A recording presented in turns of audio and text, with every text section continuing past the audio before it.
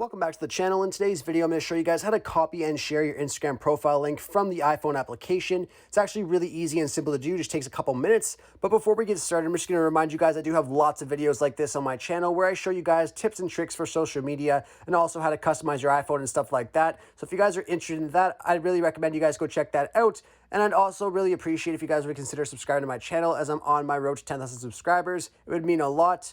Anyways, let's get started with this video. All you guys have to do for this is go over to Instagram and open that up. And once you're on Instagram here, you want to go over to your page and then go to the top right corner where you see the three lines. Click on that.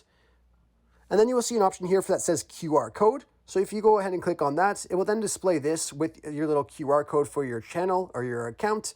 Now, you can customize this in a couple ways if you would like to by clicking on color at the top. It will then change to emoji and then selfie and stuff like that. So you guys can customize that way.